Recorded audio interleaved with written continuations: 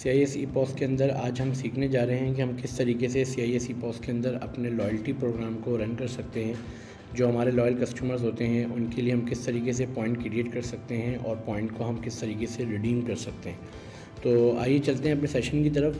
Session start करने से पहले हमारे चैनल को लाजमी लाइक करें, सब्सक्राइब करें। तो अपनी वीडियो का आगाज़ करते हैं। तो सबसे पहले लॉयल्टी को एक्टिवेट करेंगे, लॉयल्टी क्रिएट करेंगे, सारा उसका सेटअप करेंगे, उसके बाद हम लॉयल्टी को इस्तेमाल करके दिखाएंगे। तो यहाँ पर सेटअप में आप चेक कर सकते हैं, यहाँ पर आपके पास लॉयल्टी का एक ऑप्शन है। आप इस लॉयल्टी के ऑप्शन पे चले जाते हैं तो यहाँ पर आपके पास सबसे पहले एक ऑप्शन आ रहा है एक्टिवेट लॉयल्टी पॉइंट रिवॉर्ड। अगर इसके ऊपर आप चेक लगा देते हो, यहाँ पर आप जितने भी पॉइंट्स टाइप कर देंगे, अगर कोई भी न्यू कस्टमर साइनअप करता है हमारे पास तो उसको 300 पॉइंट्स हमने कहा कि फ्री में लॉयल्टी पॉइंट मिलने चाहिए जब वो साइनअप करता है। साइनअप करने के बाद आप यहाँ पे अपने हिसाब से लिमिट सेट कर सकते हैं। मैंने यहाँ पे 100 पॉइंट्स की लिमिट सेट कर दी कि कोई भी न्यू कस्टमर आता है और अगर वो मेरा लॉयल्टी कस्टमर होगा तो यहाँ पर उसको 100 पॉइंट जो है वो हमारी तरफ से रिवॉर्ड मिलना चाहिए। तो यहाँ पर हमने सबसे पहले लिमिट सेट कर दी। उसके बाद आपसे पूछ रहा है कि अर्न पॉइंट का जो कन्वर्जन रेट है वो क्या होना चाहिए, कि कितने पॉइंट को अर्न करना चाहिए उसको। तो हमने यहाँ पे भी डिफाइन कर दिया कि एक पॉइंट जो है वो एक PKR के बराबर होना चाहिए। उसी के नीचे रिडेम्पशन है। रिडेम्पशन के अंदर भी हमने बता दिया कि जैसे वो जिस रेट पे वो अर्न कर रहा है उस और कौन से रेट पे उसको इस्तेमाल करना चाहिए। यहाँ पर भी मैंने उसको बता दिया कि भाई एक पॉइंट जो है वो ₹1 का जो है वो रिडीम होना चाहिए। यहाँ पर अगर हम चाहते हैं तो नीचे हम उसकी लिमिट सेट कर सकते हैं। मिनिमम पॉइंट रिवॉर्ड की लिमिट अगर हम यहाँ पे सेट करना चाहते हैं कि एक वक्त में जो है कस्टमर 5 पॉइंट तो लाजमी इस्तेमाल करे या 10 पॉइंट लाजमी इस्तेमाल करे, तो यहाँ पर हम उसकी लिमिट सेट कर देते हैं। उस लिमिट से ज़्यादा पॉइंट इस्तेमाल नहीं कर सकते। 5 पॉइंट मैंने रिडेम्पशन लगा दिया, यहाँ पे 5 पॉइंट से ज़्यादा इस्तेमाल नहीं करेगा। उसके बाद आपने ब्रांचेस सेलेक्ट कर ली है कि आपने किस ब्रांच के ऊपर इसको अप्लाई करना है। देन आपने यहाँ से इसको सबमिट कर देना है। जैसे आप इसको सबमिट करेंगे ये आपकी लॉयल्टी क्रिएट हो चुकी है।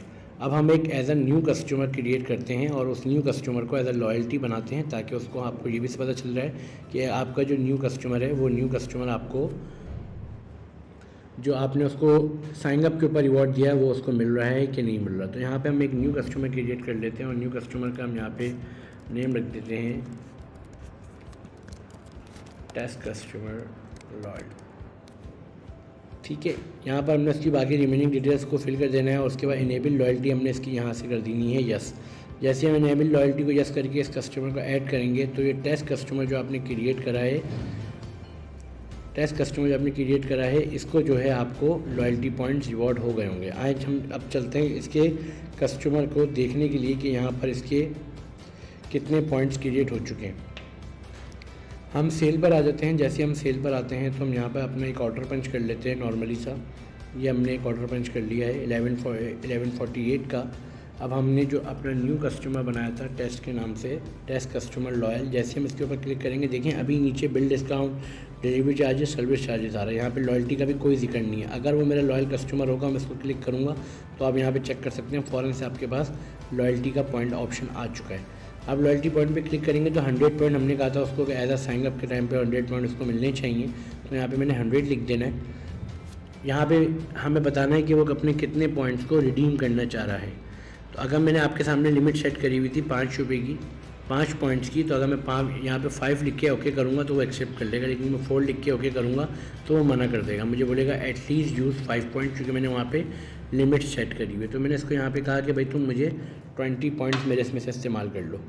1148 का टोटल बिल है। अब जब ये 20 पॉइंट ₹1 के हिसाब से वो रिडीम करेगा तो 1128 का बिल हो जाएगा। आप देख सकते हैं यहाँ पर 20 पॉइंट उसने रिडीम कर लिए तो 1128 का उसका बिल रिडीम हो चुका है। यहाँ पर उसको लॉयल्टी अवेल कर चुका है वो।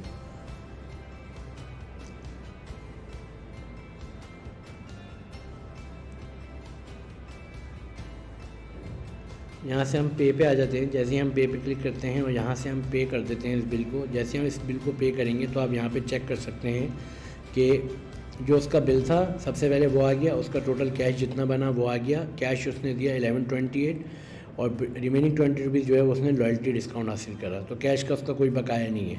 CRM कस्टमर डिटेल, यहाँ पर आपको कस्टमर का नेम बता रही है कि कस्टमर का नेम क्या है। बिल, इस बिल के अगेंस्ट उसको कितने पॉइंट्स मिले ये हमने बता दिया 0 पॉइंट। अवेलेबल इसके पास कितने हैं 100 पॉइंट थे जिसमें से वो 20 रिडीम कर चुका है, तो उसके बैलेंस पॉइंट जो है वो 80 रह गए। यहाँ पर आपको कस्टमर की प्रॉपर डिटेल भी बता रहा होगा। हम इसको ओके कर देते हैं। अभी हम आपको नेक्स्ट में दिखाते हैं कि 100 लॉयल्टी पॉइंट्स थे उसके पास, रिमेनिंग उसके बाद आप देखें 80 आ रहे होंगे। ये देखें 80 उसके बाद रिमेनिंग आ रहे हैं पॉइंट।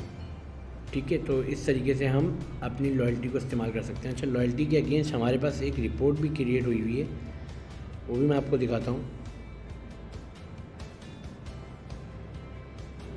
ये रही loyalty points report. Sale report के अंदर आपके पास एक है रिपोर्ट जिसके नाम है loyalty points report.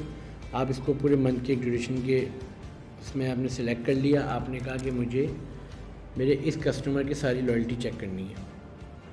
Generate report पे जैसे ही आप क्लिक करेंगे तो यहाँ पर आपको बता देगा वो कि आपका जो बिल है वो इस रेफरेंस पे आपका बिल बना था। बिल नंबर आपको नीचे दिखा रहा है कि ये बिल नंबर है, एंड उसने कुछ भी नहीं करा था। अच्छा, यहाँ पे सबसे पहले आपको वो दिखा रहा है कि जो उसने बिल आपने जो उसको पंच करके दिया उसका रेफरेंस ये था, एंड उसने 100 पॉइंट करे थे। जब आप उसने as a new customer join किया था तो आपने उसको ओपनिंग में जो एज अ गिफ्ट दिए थे वो 100 पॉइंट दिए थे। क्लोजिंग उसकी 100 पॉइंट्स की ही आ गई। अब जब उसने आपके आके रिडीम्पशन करी यहाँ पर, तो यहाँ पर उसने ये बिल रेफरेंस के अगेंस्ट पे उसने अर्न कुछ भी पॉइंट नहीं करे, लेकिन रिडीम उसने 20 पॉइंट्स को कर लिया। रिमेनिंग उसकी 80 पॉइंट्स रह गए यहाँ पर।